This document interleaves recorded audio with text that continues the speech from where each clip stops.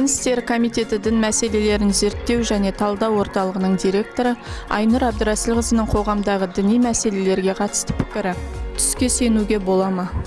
Түсте Алланың бір хикметі, ол жөнінде пайғамбарымыз да айтады, түс үшке бөлінеді деп айтады. Бірі рахмани түс, Алланың сүйіншісі, екіншісі шайтани түс, шайтанның салған уайымы дейді. Үшіншісі пенделердің ойға алған нәрселерінен болатын түс дейді. Қазіргі ғалымдарда осыған ұқсас етіп бөледі, және кейде күндізгі ойдың елесі, аяқталмаған ойдың жалғасы түс болып енеді деп пайымдайды.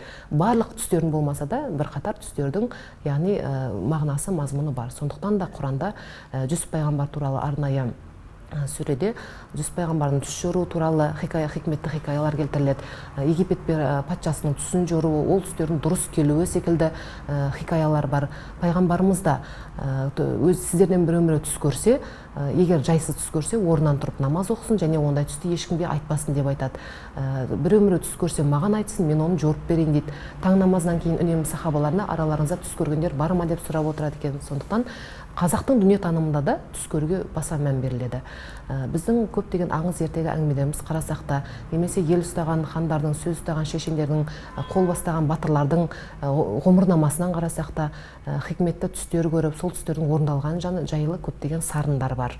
Яғни қазақ түсті де Алланың бір хикметі деп біледі. Сондықтан сол түстегі нәрсені жоғарыда айтылғандай оңынан, жақсы жағынан орындалу үшін қолынан келген садақасын береді. Түс қорғасын деп санайды, қалай жорса солай ауып кетеді дейді.